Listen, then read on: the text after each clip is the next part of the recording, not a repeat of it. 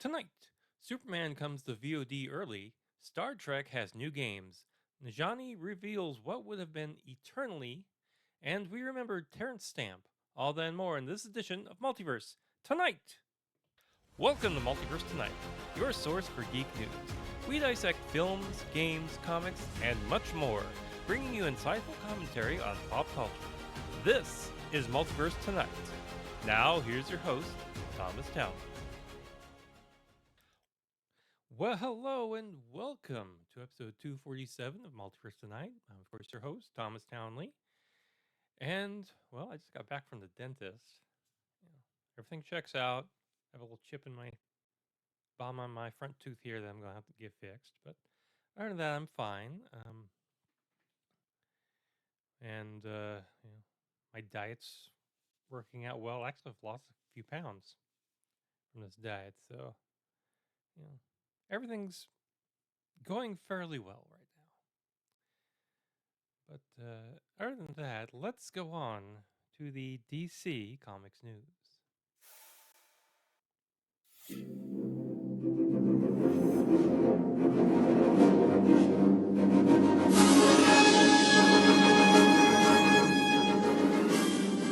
And DC News begins with James Gunn's Superman. It's set for a digital release this Friday, a swift virtual arrival that the director attributes to the upcoming second season of Peacemaker. Now, the DCU film, which premiered in theaters on July 11th, will be available to buy or rent on platforms like Amazon Prime, Apple TV, and Fandango at home just over a month after its theatrical debut. And Gunn explained that this to streamingrant.com that the rapid streaming release was driven by the timing of Peacemaker season 2, saying, quote, "Well, it's very complicated, but the truth is because of Peacemaker. He had initially expected Peacemaker to launch next month. Due to a lot of things that were beyond their control, Peacemaker is now being released sooner, prompting Gunn to ensure that, quote, everyone to be able to see Superman that wanted to, even those people who couldn't get to a theater before Peacemaker." At the New York premiere of the DCU series, Gunn informed The Hollywood Reporter that his David Cornsweet-led superhero movie, quote, leads directly into Peacemaker, and that the second season of the show will in turn, quote, set up all of the rest of the DCU. Now, Gunn emphasized the interconnectedness, quote, it's a big part. Definitely Superman leads directly into Peacemaker. It should be known that this is for adults, not for children, but Superman leads into the show, and then we have the setting up of all the rest of the DCU in this season of Peacemaker. It's incredibly important, unquote. Now, regarding expectations for this second season, Gunn added, quote, lots of guest stars coming up, lots of characters that are showing up that we've already met in Superman. I don't think there's anything that I've ever done that I love more than this season of Peacemaker. So I'm excited for people to see it, unquote. John Cena, who stars in the show, echoed Gunn's enthusiasm, telling The Hollywood Reporter that season 2 is, quote, is about furthering the narrative instead of standalone properties. All the DCU is now connected. As you saw Peacemaker show up in Superman, I think what you see in season 2 is just a forward to that narrative. That whole DCU throughline, it takes the 11th Street kids through their next adventure, but it also has a lot to do with the DCU going forward, unquote. Yeah. And I've seen the first episode of Peacemaker. It's good. It's good. Even if you don't watch the first season of Peacemaker, you can watch the second season of Peacemaker and be right there, because they start out, of course, with a previously on the DCU tag. So definitely, tune into it. Warner Brothers recently unveiled details and a trailer for the new Lego Batman Legacy of the Dark Knight video game at Gamescom. Now, Batman, a fan favorite among DC Comics characters, is finally receiving the full Lego video game treatment. This new open world action adventure game will immerse players in the Batman universe, compiling iconic moments from comics, video games, TV shows, and films. The trailer highlights pivotal scenes from Batman films, including Bruce Wayne's training reminiscent of Batman Begins, a confrontation with the Joker, the Dark Knight, and the glimpse of the Penguin from the Batman. Furthermore, Batman's combat and gadget usage in the trailer echoed the popular Batman Arkham series. According to the official synopsis, quote, Lego Batman Legacy of the Dark Knight invites players on Bruce Wayne's epic journey to become the hero of Gotham City. Inspired by decades of Batman films, television, comic books, and games, and jam packed with Batman nostalgia, DC lore, and TT Games' signature brand of fun filled Lego humor.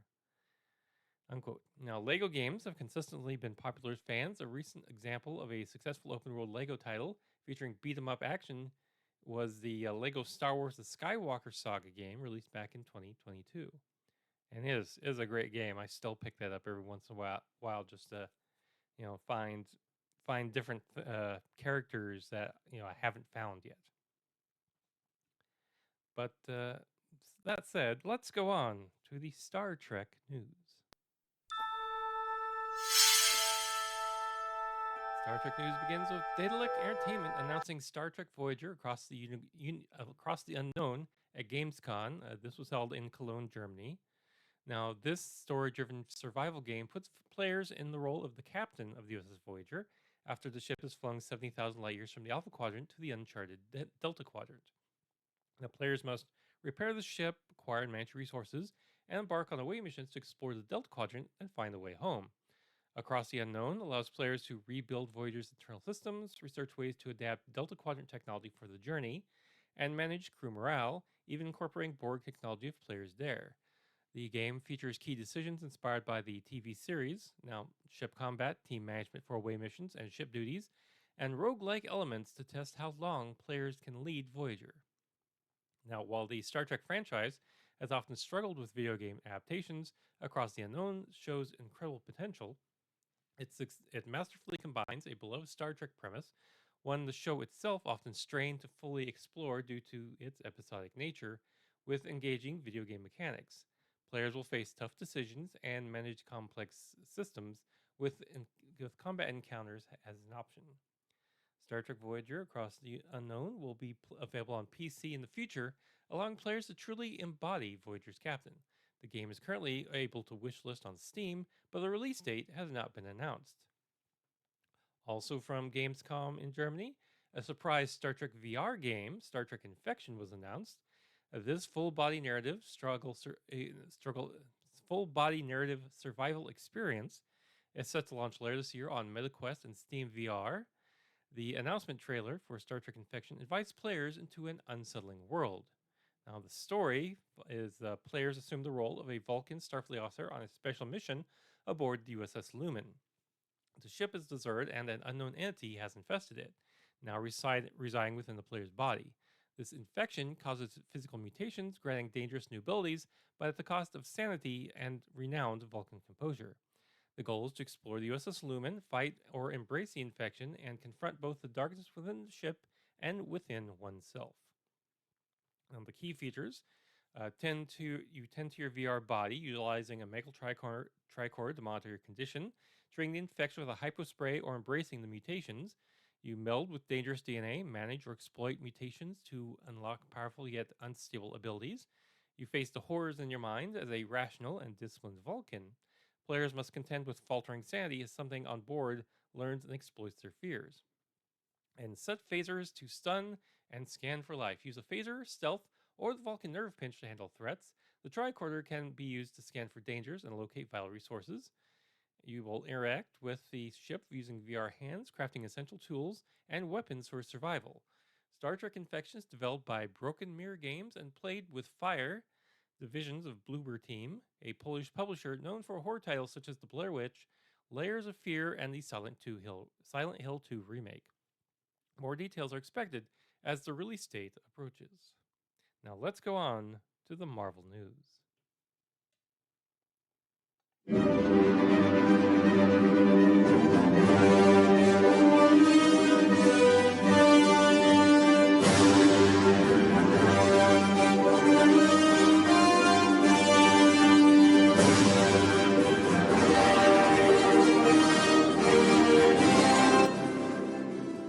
Marvel news begins with while Marvel Studios had significant plans for the Eternals prior to its release, new details have emerged about what could have been. Kumail Nanjiani, who played Kingo, recently disclosed the extensive scope of his contract, which included future film appearances, a potential video game, and even a theme park ride. Nanjiani shared these insights as a guest on the Working It Out podcast with fellow comedian Mike Birbiglia. He revealed that he is currently developing stand up material about his external experience, noting that the project ultimately led him to therapy and a reevaluation of his approach to work. Quote, I was in this movie that was like a big movie and it came out right after COVID. I had a year and a half at home to be just like, oh, when this thing comes out, and it came out and it got really bad reviews and it didn't go do that well. It shattered me too much, and that's when I was like, "Oh, I need to go to therapy to figure this out." Unquote.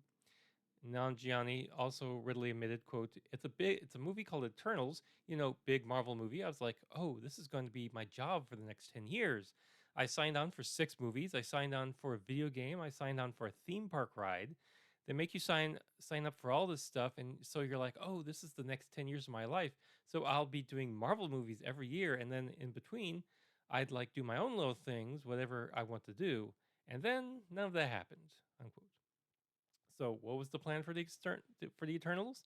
The revelation that Nanjiani expected to appear in 6 movies with a decade, sparks considerable speculation. Marvel might have had a clear vision for the team's future appearances and their integration into the MCU. However, it's also plausible that they aim to secure as many movie appearances as possible from the outset to avoid costly contract renegotiations, a challenge that's been seen with stars like Robert Downey Jr. Now, he is keeping hope that he might one day return to the Marvel universe, despite its critical reception. Eternals was a commercial success, especially considering its release amidst the significant impact of the COVID-19 pandemic on movie theaters. The film's eventual shelving by Marvel was primarily the result of negative fan and critic reactions. Critics argued that the movie reintroduced too many new concepts too quickly, contrasting sharply with the gradual build-up to the Avengers crossovers in previous films. Nevertheless, the directing and performances in Eternals garnered praise and even won notable awards. And if you haven't seen Eternals, sit down, pull up Disney Plus, watch it. It's a good movie. I actually went out to a theater to see it. So, it is not that bad. It's a little lengthy, I think, because they have a lot of exposition about these characters and their life story. But it's worth watching. Anyway, let's go on to the geek news.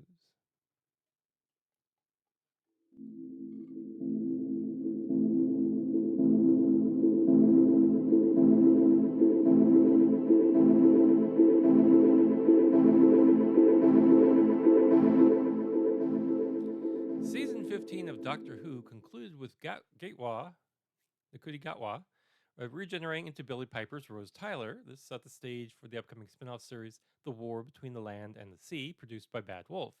Now, despite recent viewing figures, BBC's director of scripted, Lindsay Salt, reaffirmed the corporation's commitment to Doctor Who, knowing its continued popularity with young audiences. Similarly, Phillips, speaking at the Edinburgh TV Festival, assured fans that Doctor Who is going nowhere. Disney has been a great partnership, and it continues with the War Between the Land and Sea next year. But going forward, with or without Disney, Doctor Who will still be on the BBC. The TARDIS is going nowhere. However, an analysis of official 7-day viewing figures for season 15 by Deadline.com painted a concerning picture. The show averaged 3.2 million viewers across its 8 episodes, a decline of 500,000 viewers from Gatwa's debut season last year. The decline is even more pronounced when compared to Jodie Whittaker's final season as the Time Lord in 2021, which averaged 4.9 million viewers, representing a 1.7 million viewer decline. Now, these figures, sourced from Barb, the UK's official ratings body, included an on-demand and streaming viewing on televisions, but did not encompass the full viewing landscape. While broadcasters and streamers typically prefer more comprehensive 28-day figures, the 7-day trend strongly suggests a continuing decline in Doctor Who's overall ratings. So, just expect more Doctor Who. Don't worry about the numbers. BBC, this is a cash cow still. You know, all they have to do is just tweak it, change direction, and they'll be fine. PETA, the People for the Ethical Treatment of Animals, I hate this story, recently contacted Nintendo president Shuntaro Furukawa to express concern over the depiction of the character Cow in Mario Kart World, which was released in June on the Switch 2. Now, Joel Bartlett, PETA's SVP of Marketing and Engagement, wrote a letter requesting the removal of the nose ring from the character. Bartlett stated that PETA was delighted by Cal's popularity but troubled by the nose ring, which they believed, quote, glosses over real world violence and cruelty to animals, unquote. The letter emphasized that nose rings are crudely stabbed through the sensitive septum of cows and bulls in the meat and dairy industry, causing lasting pain and discomfort, and even drag animals to their deaths. Now, PETA urged Nintendo to, quote, show empathy towards bovines by removing the nose ring, allowing cows to race freely without any painful reminders of the industries that treat animals like profit making machines. The letter concluded with a plea to leave the rings to Sonic and let Cow breathe free. Now, fans of the game, however, largely dismissed PETA's complaint on social media. One user commented, the hell is PETA of all organizations telling them this now? The Moo Moo cow has always had a nose ring in the Mario Kart universe, and it's not even a real animal. Another question, does PETA have anything better to do with their time than complain about the Mario Kart World cow design? Like maybe get companies to treat their actual livestock better before you ask Nintendo to change a fictional cow?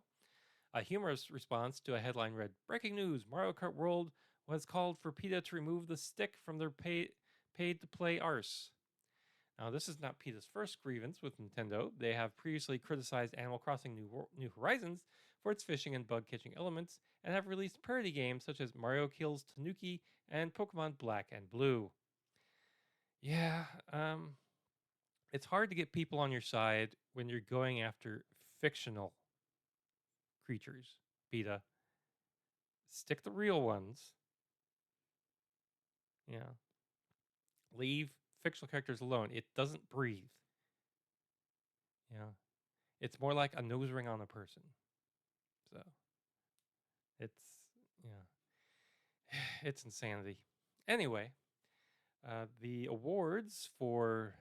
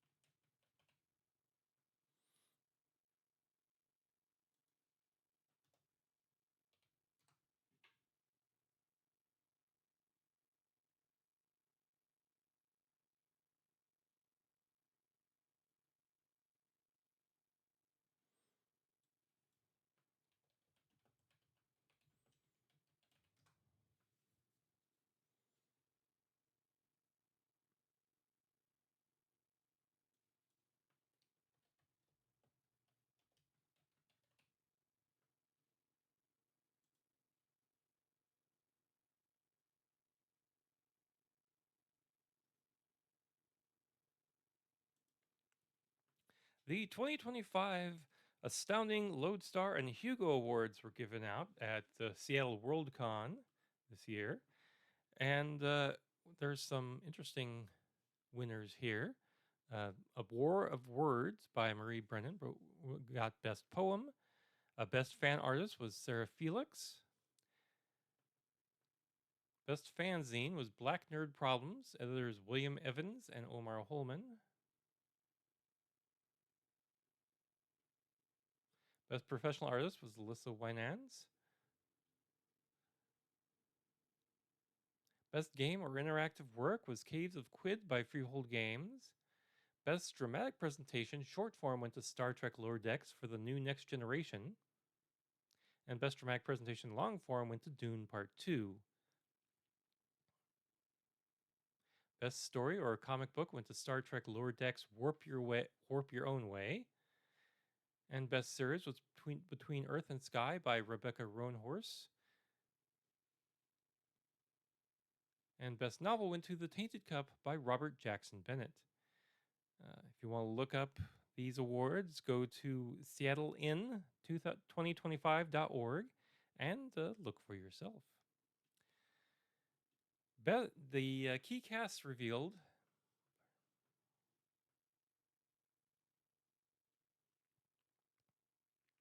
The upcoming HBO adaptation of Harry Potter, set to launch in May, excuse me.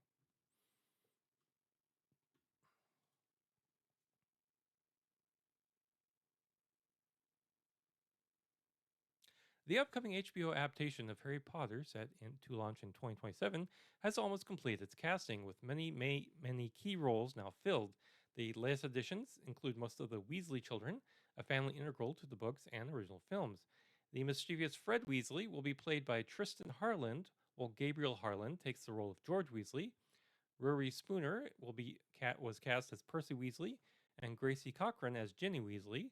These actors join Alistair Stout, who will play Ron Weasley, Harry's best friend. Other confirmed main characters include Dominic McLaughlin as Harry Potter himself, Arabella Stanton as Hermione Granger, Catherine Parkinson as the Weasley monarch Molly, and Arthur and brother Charlie have yet to be cast. Now, beyond the core cast, several adult actors have been revealed for significant roles. Papa Uswidu is set to play Potions Master Snape. John Lithgow will be Headmaster Albus Dumbledore. Janet McTeer will be Minerva McGonagall. And Nick Frost is cast as Rubius Hagrid. The series is written and executive produced by Francesca Gardner. Mark Malloyd will also executive produce and direct multiple episodes. Executive producers include J.K. Rowling, Neil Blair, and Ruth Kinley Lutz of Bronte Films and TV, alongside Dave Heyman of Heyday Films. The show is a collaboration between HBO, Bronte Films and TV, and Warner Brothers Television. Prime Video's limited series Blade Runner 2099, a sequel to the 2017 film Blade Runner 2049, is set to premiere in 2026. The updated timeline was announced by Laura Lancaster, head of USS VOD TV development series productions at Amazon MGM Studios. An internal memo that included executive promotions for Kara Smith and Tom Leiber. The series, which stars Michelle Yeoh, was greenlit in September of 2022. Its debut, initially anticipated for late 2025 or early 2026, was delayed by nearly a year due to the 2023 Hollywood strikes. Blade Runner 2099 is currently in post-production. Warner Bros. Pictures and Warner Bros. Pictures Animation have rescheduled the release of The Cat in the Hat from February 27th, 2026 to November 6th, 2026. This film marks the first production under the relaunched Warner Bros. Pictures Animation banner led by Bill Damaski. Directed and written by Alessandro Carloni and Erica Revno, the animated adaptation of the beloved children's book was ready for its original February release. However, the studio opted for a pre-holiday November release, a slot already reserved for an event film to maximize global reach. November has been a successful month for family event franchises like Harry Potter, Home Alone, Frozen, The Grinch, Wreck-It Ralph, and Trolls. The previous live-action adaptation of The Cat in the Hat, starring Mike Myers, premiered on November 21st, 2003, earning $38.3 million domestically and ultimately grossing $101.1 million in North America and $134 million worldwide. The voice cast for the film includes Bill Hader as a titular character, alongside Chical Gomez, Matt Berry, Quinta Brunson, Paula Pell, Tiago Martinez, Giancarlo Esposito, America Ferrera, Bowen Yang, and Titus Burgess. Daniela Muscato and Jared Stern are producing, with Susan Brandt and Bill Hader serving as executive producers. Warner Brothers Animation is co-producing with Dr. Seuss Enterprises, and DNEG Animation is the animation studio partner. The move shifts the Cat in the Hat away from Scream 7 and into a new corridor that currently lacks major studio releases. Disney has an untitled film on hold for the same November 6, 2026 date. For next February, Warner Brothers will release Emerald Fennell's Wuthering Heights, starring Margot Robbie and Jacob Elordi, on February 13th, 2026. And finally tonight, Terrence Stamp, the magnetic British actor known for his diverse film roles, passed away on Sunday at the age of 87. His family confirmed his death but did not disclose the location or cause. Stamp's career spanned decades, marked by a range of memorable appearances He first gained widespread attention at 24 in Billy Budd in 1962, a film based on Herman Melville's novella. His portrayal of the naive 18th century merchant seaman earned him an Oscar nomination and a Golden Globe for Most Promising Newcomer. Critics highlighted his heartbreak blue eyes and tousled blonde hair, which became synonymous with his character's frequent provocations. 3 years later, Stamp transformed his image to play a dark haired psychopath in The Collector, 1965. His startling blue eyes, once seen as innocent, became terrifying. Judith Crist of the New York Herald Tribune praised his brilliant in its gauge of madness, and he received the Best Actor award at the Cannes Film Festival for the performance. In Far Away from the Maddening Crowd, 1967, based on the Thomas Hardy novel, Stamp sported a sinister black mustache as the sadistic Sergeant Troy. While reviews were mixed, Roger Ebert called his performance subtly vile. A writer for The Guardian in 2015 remarked that Stamp displayed an animation and conviction in this role that he never equaled elsewhere. After a nearly decade-long hiatus, Stamp returned to acting as a character actor. This time, his powerful entrance in Superman 2, 1980, crashing through the White House roof, reintroduced him to audiences. He played General Zod, an alien supervillain with a burning desire to rule the world, a role he held briefly in the first Superman movie. Stamp also continued to have a busy career for the next half century. One of his most notable roles was Bernadette, a middle-aged transgender nightclub entertainer in the Adventures of Priscilla, Queen of the Desert in 1994. He adopted a new on-screen look, complete with dangly earrings, a grayish blonde page boy, and subtle makeup.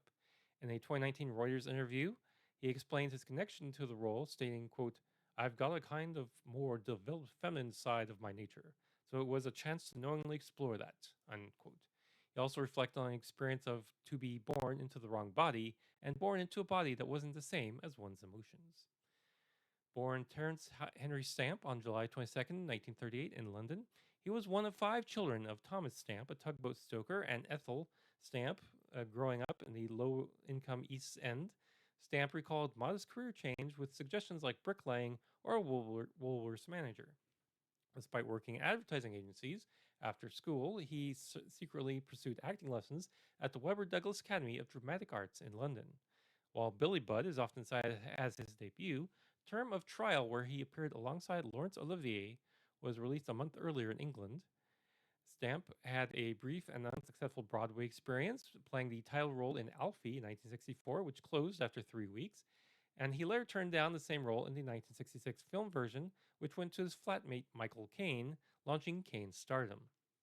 Other notable roles in the 60s include a Cockney sidekick in Modesty Blaze, a sensitive working class guy in Ken Loach's Poor Cow, and a mysterious stranger in Pier Paolo Pasolino's Theorem. Federico Fellini also directed him in Spirits of the Dead in 1968. Stamp later moved into an ashram in India and became a Swami, citing a lack of acting work despite being in his 30s. About 8 years later, he accepted the Superman role, reportedly just to work with Marlon Brando. Between 1978 and 2019, Stamp appeared in over 50 films. He received particular acclaim for his role in Steven Soderbergh's The Limey in 1999, where he played an ex-con seeking revenge. His diverse filmography also included Legal Eagles, Wall Street, Young Guns, Alienation, and Star Wars Episode 1: The Phantom Menace, where he played Chancellor Valorum of the Galactic Republic. In the film Unfinished Song in 2012, he portrayed a gruff pensioner. After being a Superman villain, he later voiced the superhero's noble Kryptonian father in the television series Smallville. His final film was the horror thriller Last Night in Soho in 2021, where his entrance alone was deemed a masterclass in minimalist menace by a Times review. In the 1960s, Stamp's highly publicized romances include British supermodel Jean Shrimpton and actress Julie Christie. In 2002, at 64, he married 29-year-old Australian pharmacist Elizabeth Rourke. They divorced in 2008. Information on survivors was not available. Reflecting on his life in 2017, Stamp told The Telegraph, quote, "The thing that has been constant is that from the very beginning, I always seem to be the opposite to everybody else." Terrence Stamp, the magnetic British actor, passed away this Sunday at the age of 87. And that brings us to the end of our show for today. Now, please be sure to check us out on social media. We're at Blue Sky and Twitter, and at Multiverse Tom, Threads, Facebook, and Instagram, as well at Multiverse Tonight. And if you've gotten some value out of the show and would like to pay it back, head on over to Multiverse Tonight, where you'll find our Patreon and Ko-fi links. Check out our show notes, visit our T Public store, and so much more. And if you'd like to leave some feedback, that would be kind as well. Now, if this is your first time listening, thank you very much and welcome. Now, go ahead and hit that subscribe and like button and share us with others. Now, thanks to Hot Dope for the intro music and Lobo Loco for the outro theme music. Thanks for watching this edition of Multiverse Tonight. We'll be back in 2 weeks with more sci-fi and comic book news. Now, please exit the universe in an orderly fashion. Good night. Multiverse Tonight is a production of Half Baked Genre Productions. Copyright 2025. All rights reserved. This podcast is part of the Pop Culture Podcast Network.